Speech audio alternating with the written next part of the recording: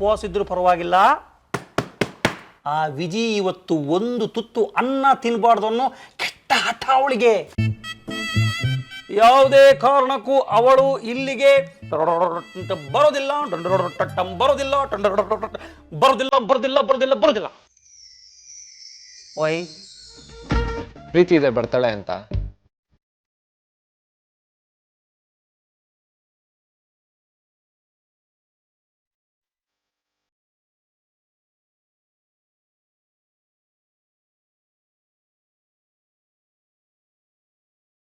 Thanks Geetha, ಹೊಟ್ಟೆ ಹಸಿತಿತ್ತು, ನಿನ್ಗೋಸ್ಕರನೇ ಕಾಯ್ತಿದ್ದೆ. ಕಡೆಗೂ ಬಂದಲ್ಲ. Hello, excuse me. ನಾನು ಬಂದಿದ್ದು ನಿನಗೋಸ್ಕರ ಅಲ್ಲ, ನನಗೂ ಹಸ್ವಾಗ್ತಿತ್ತು, ಅದಕ್ಕೆ ಬಂದೆ. ಮತ್ತೆ ಆಗ್ಲೇ ಹಸಿವಿಲ್ಲ ಅಂದೆ.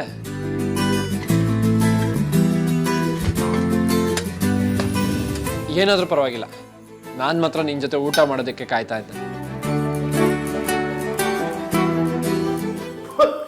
ಅಯ್ಯೋ, ಏನಾಯ್ತ್ರಿ?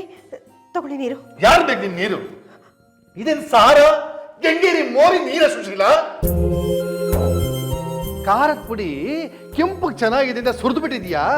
ಬಾಯಿಗೆ ಹಿಡಕ್ ಆಗ್ತಿಲ್ವಲ್ಲೇ ಕೆಟ್ಟ ಖಾರ. ಖಾರನ? ಖಾರ ಎಲ್ಲ ಸರಿಯಾಗೇ ಇದೀರಿ, ಬಹುಶಃ ನಿಮ್ಗೆ ನಾಲ್ಗೆ ಹೊಡೆದಿದೆ ಅನ್ಸುತ್ತೆ, ಅದಕ್ಕೆ ಖಾರ ಆಗ್ತಿದೆ. ಏಯ್, ಅವಳು ಯಾರ ಕುಣಿಯಕ್ ಆಗದೆ ಇರೋಳು ನೆಲಡೊಂಕು ಅಂದಂತೆ ನೀನು ಖಾರ ಮಾಡಿ ನನ್ನ ನಾಲ್ಗೆ ರುಚಿ ಬಗ್ಗೆ ಮಾತಾಡ್ತಿದ್ದೀನಿ ಅಲ್ವೇ ಸುಶೀಲ? ಕೇವಲ ಸಾರು ಮಾಡಕ್ ಬರ್ದಿರೋ ನೀನು ಇಷ್ಟು ವರ್ಷ ನನ್ನ ಜೊತೆ ಏನೇ ಸಂಸಾರ ಮಾಡಿದೆ ನೋಡಿ, ಅಡುಗೆ ಅಂದರೆ ಒಂದೊಂದು ದಿನ ಒಂದೊಂದು ಥರ ಆಗುತ್ತೆ, ಒಂದೇ ಥರ ಬೇಯಿಸಾಕಕ್ಕಾಗಲ್ಲ. ಅದಕ್ಕೆ ಯಾಕೆ ಹಾಗೆ ಬೈತೀರಾ? ಇವತ್ತೊಂದಿನ ಮೊಸರು ಹಾಕೊಂಡು ತಿನ್ನಿ, ನಾಳೆಯಿಂದ ನಿಮ್ಗೆ ಹೇಗೆ ಬೇಕೋ ನೀವೇ ಅಡುಗೆ ಮಾಡ್ಕೊಳ್ಳಿ. ನನಗೇನೇ ಬಂದಿದೆ ಅಂತ ಕರ್ಮ? ನಾನು ಅಡುಗೆ ಮಾಡ್ಕೊಂಡು ತಿನ್ನುವಂಥದ್ದು ನೋಡ್ತಾ ಇರು. ಅಡುಗೆ ಮಾಡೋದಕ್ಕೆ ಆಳುಗಳನ್ನ ನೇಮಿಸ್ತೀನಿ. ಸರಿಯಾಗಿ ಕೇಳಿಸ್ಕೊಳೆ. ಒಂದೇ ಒಂದು ಸಲ ನನ್ನ ಮಗಳ ಬೀಗರ ಕೃಪಾ ಕಟಾಕ್ಷ ನನ್ನ ಮೇಲೆ ಬೀಳ್ಲಿ, ಆಗ 5 ಸ್ಟಾರ್ ಹೋಟೆಲ್ ಕುಕ್ಗಳನ್ನ ತಂದು ಕುಕ್ಕರ್ ಕೂಗಿಸ್ತೀನಿ ಕಣೆ. ದಿನಕ್ಕೆ 16 ಥರ ಐಟಮ್ ಮಾಡಿಸ್ಕೊಂಡು ಕತ್ತರಿಸ್ತೀನಿ, ನೋಡ್ತಾ ಇರೇ. ಆಗ ನಿನ್ನ ರಿಯಾಕ್ಷನ್ ಈ ಥರ ಇರಲ್ಲ. ಕಾಲ ಎಲ್ಲನೂ ತೋರಿಸುತ್ತೆ. ನನ್ನ ಕರ್ಮ ಇವತ್ತು ಹಸ್ಕೊಂಡು ಸಾಯ್ಬೇಕು, ತೃಪ್ತಿಯಾಗಿರು.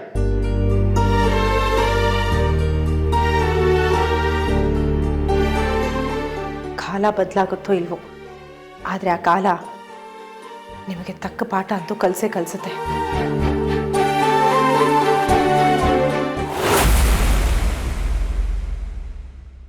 ನೋಡಿದ್ರಾ, ನೀವೆಲ್ಲ ಸೇರಿ ಅವರಿಬ್ಬರನ್ನ ದೂರ ಮಾಡ್ಕೋಬೇಕು ಅಂತ ಅನ್ಕೊಂಡ್ರಿ. ಈಗ ಆಗ್ತಾ ಇರೋದೇನು? ಗಂಡ ಹೆಂಡತಿ ಇಬ್ರು ಒಂದಾದ್ರು.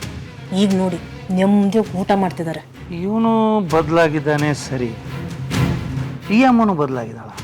ನನ್ಗನ್ಸತ್ತೆ ಇವರಿಬ್ರು ಒಳಗೊಳಗೆ ಒಂದಾಗ್ತಿದ್ದಾರೆ ಅನ್ಸತ್ತೆ. ಇಲ್ಲ ಅಂದ್ರೆ ವಿಜಯ್ ಸರ್ ಕರೆದ ತಕ್ಷಣ ಈತ ಬಂದ್ಬಿಡ್ತಿದ್ಲಾ? What you mean? You mean Geeta also loves Viji? No way, ಚಾನ್ಸೇ ಇಲ್ಲ. ಅವನು ಬೇಕಾದ್ರೆ ತಾಜ್ ಮಹಲ್ನ ಹಿಂಗೆ ಕಿತ್ತಿಟ್ಬಿಟ್ಟು ತಂದು ಇವಳು ಮುಂದೆ ಇಡ್ಲಿ, ಅವಳು ಮೂಸು ನೋಡಲ್ಲ. ಅದು ನಿನ್ ಭ್ರಮೆ. ಇಬ್ರನ್ನ ನೋಡಿ ಅರ್ಥ ಆಗತ್ತೆ, ಲವ್ ಒನ್ ವೇ ಅಲ್ಲ.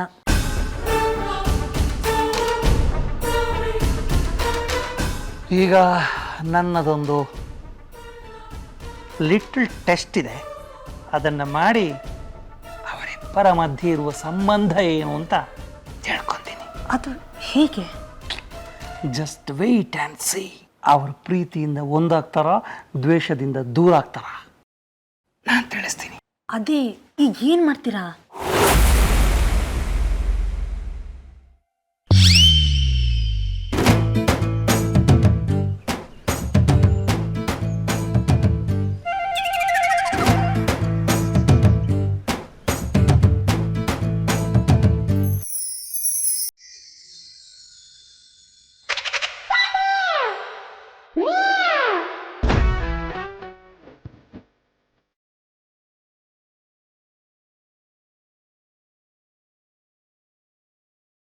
ಥ್ಯಾಂಕ್ಸ್ ಗೀತಾ.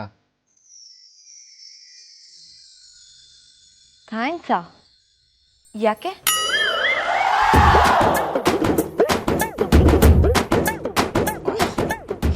ಹೋಗ್ ಗೀತಾ, ಏನು ಅಂತ ಕೇಳಿದ್ರೆ ನಾನು ಏನು ಹೇಳಲಿ?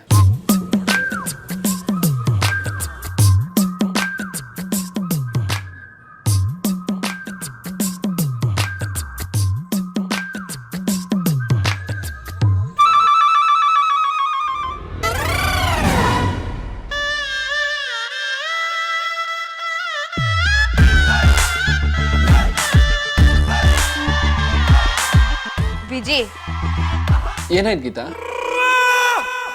ನೋಡು ವಿಜಿ, ಏನು ಗೊತ್ತಿಲ್ದಿರೋರ್ ತರ ನಾಟಕ ಮಾಡ್ಬೇಡ. ಸುಮ್ನೆ ಊಟ ಮಾಡು. ನಾಟಕ ಮಾಡ್ತಿರೋದು ನೀನು. ಇರ್ಲಿ.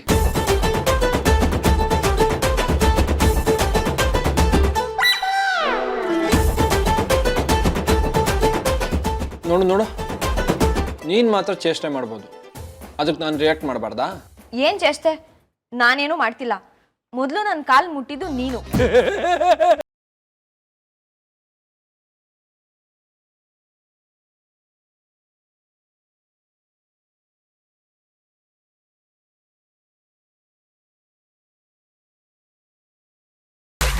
ಗೀತಾನೇ ಆಗಿ ಮಾಡಿದ್ದು ಅಂತ ನಾನು ಏನೇನೋ ಕನ್ಸ್ಕೊಂಡೆ.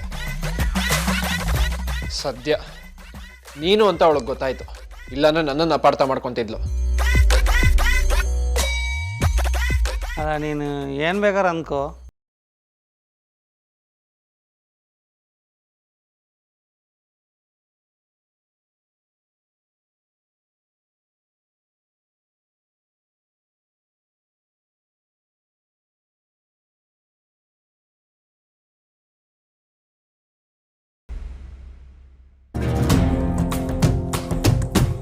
ಗೀತಾ, ಗೀತಾ,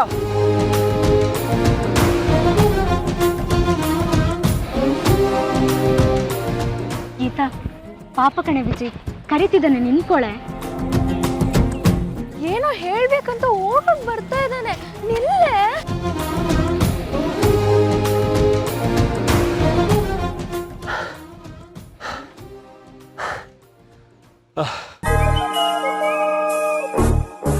ಸಾರಿ ಗೀತಾ, ನೀನು ನಿಲ್ಲಿಲ್ವಲ್ಲ, ಅದಕ್ಕೆ ನಿನ್ನ ಹೆಸರು ಜೋರಾಗಿ ಕರೆದ್ಬಿಟ್ಟೆ. ಮೊದಲು ಏನ್ ವಿಷಯ ಹೇಳು. ಗೀತಾ, ಇವತ್ತು ರಾತ್ರಿ ಮದನಘಟ್ಟಮ್ಮ ದೇವಸ್ಥಾನಕ್ಕೆ ಬರ್ತೀಯಾ?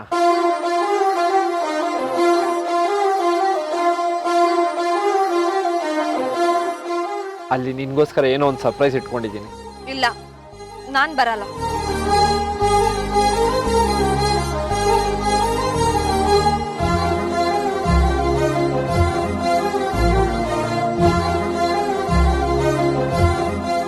ಹಾಗೆ ಹೇಳ್ಬೇಡ ಗೀತಾ, ನೀನು ಬರಲೇಬೇಕು. ಯಾಕಂದ್ರೆ ನೀನು ಬಂದರೆ ಮಾತ್ರ ನಾನು ಅನ್ಕೊಂಡಿರೋದಾಗೋದು. ನೀನ್ ಅನ್ಕೊಂಡಿರೋದನ್ನ ನಡ್ಸೋಕೆ ನೀನ್ ಕರ್ದಾಗ್ಲೆಲ್ಲ ಬರಕ್ಕಾಗಲ್ಲ ವಿಜಯ್. ಇಲ್ಲ, ನೀನು ಬಂದೇ ಬರ್ತೀಯ. ನೀನು ಬರೋ ತನಕ ನಾನು ಅಲ್ಲೇ ಕಾಯ್ತಾ ಇರ್ತೀನಿ.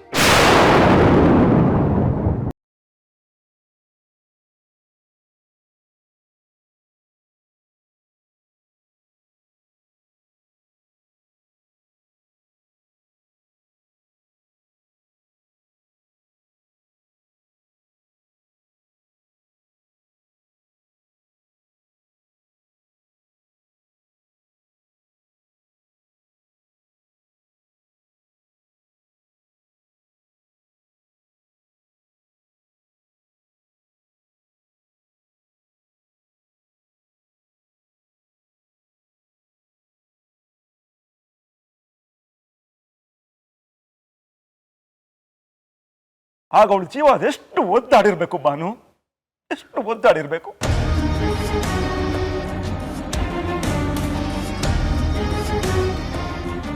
ಆ ಭಗವಂತ ಒಳ್ಳೆಯವ್ರಿಗೆ ಯಾಕೆ ಇಂಥ ನರಕ ಕೊಟ್ಬಿಡ್ತಾನೆ ಬಾನು?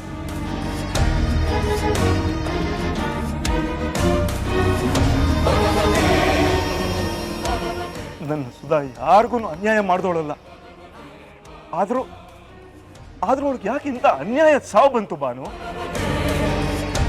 ರೀ ಪ್ಲೀಸ್ ಅಳ್ಬೇಡಿ. ನೀವೇ ಈ ರೀತಿ ಹತ್ರ ಸ್ವರ್ಗದಲ್ಲಿರೋ ಅಕ್ಕ ನೊಂದ್ಕೊಳ್ಳೋದಿಲ್ವಾ?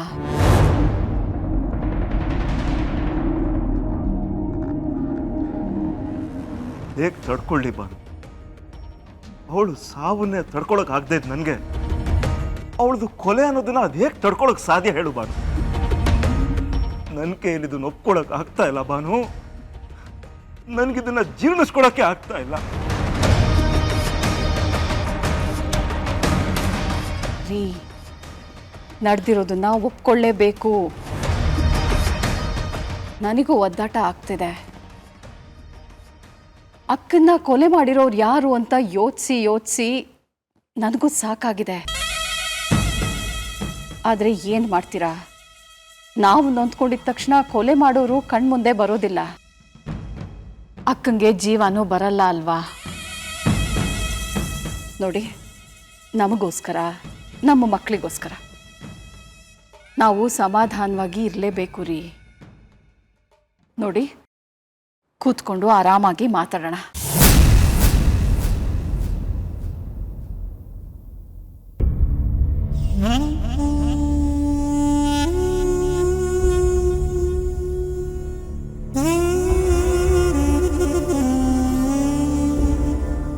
ನೋಡಿ, ನೀವು ಹೀಗೆ ಕೊರ್ಗಿ ನೊಂದ್ಕೋಬೇಡಿ. ಆಮೇಲೆ ಕೆಲಸ ಮಾಡೋದು ಕಷ್ಟ ಆಗ್ಬಿಡುತ್ತೆ. ಸತ್ತು ಎಷ್ಟು ವರ್ಷ ಆದರೂ ನಮಗೆ ನೆಮ್ಮದಿ ಕೊಡ್ತಾ ಇಲ್ಲ ಅಲ್ವಾ ನೀನು?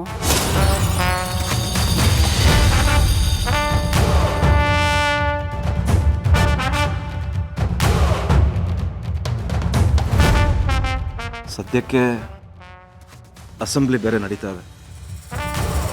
ಹೋಗೋಕ್ಕೆ ಮನಸ್ಸಿಲ್ಲ. ಆದರೂ ಹೋಗಲೇಬೇಕಲ್ಲ, ಕರ್ತವ್ಯ, ಅನಿವಾರ್ಯ. ಹಾಂ, ಹೌದು ರೀ.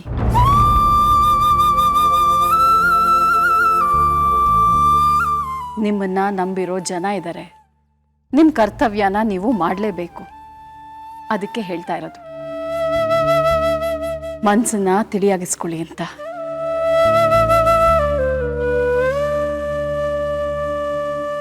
ಆಯ್ತು ಬಾ, ನಾನು ಬರ್ತೀನಿ.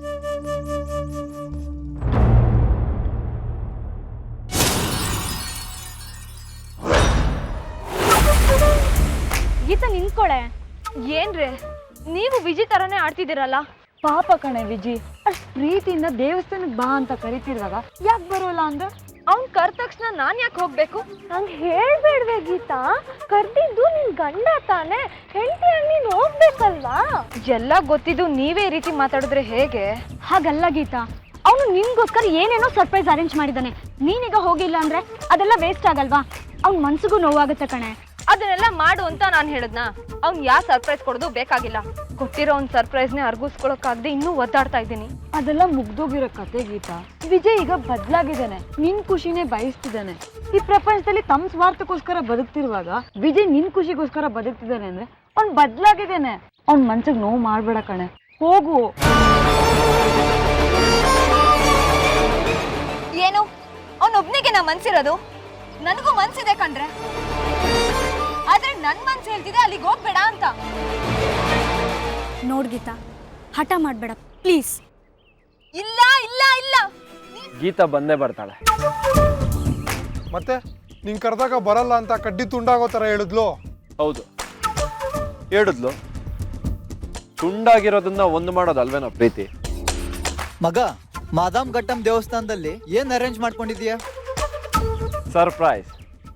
ಗೀತಾ ಊಹೆನೂ ಮಾಡೋಕ್ಕಾಗಬಾರ್ದು ಅಂತ ಸರ್ಪ್ರೈಸ್. ಹಾಗಾದ್ರೆ ಆ ಗೀತಾಗೆ ನೀನು ಯುನೀಕಾಗಿ ಪ್ರಪೋಸ್ ಮಾಡ್ತೀಯಾ ಅನ್ನೋ? ಒಂದಂತೂ ನಿಜ ಕಣ್ರು, ಇವತ್ತು ಮಾದನ ಘಟ್ಟಮ್ಮ ದೇವಸ್ಥಾನದಲ್ಲಿ ನಾನು ಹೆಂಡತಿಗೆ ಪ್ರಪೋಸ್ ಮಾಡೋ ರೀತಿ ಈ ಜಗತ್ತಲ್ಲಿ ಯಾವ ಗಂಡಸು ಪ್ರಪೋಸ್ ಮಾಡಿರಬಾರ್ದು.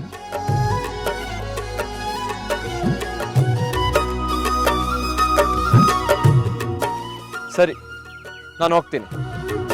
ಇವತ್ತು ನಾನು ಕ್ಲಾಸ್ ಅಟೆಂಡ್ ಮಾಡಲ್ಲ, ಯಾಕಂದ್ರೆ ರಾಜ್ ಗಾರ್ಡನ್ ಸರ್ಪ್ರೈಸ್ಗೆ ನಾನೆಲ್ಲ ಅರೇಂಜ್ ಮಾಡಬೇಕು. ಬಾಯ್. ವಿಜಿ, ಆಲ್ ದಿ ಬೆಸ್ಟ್ ಕಣೋ.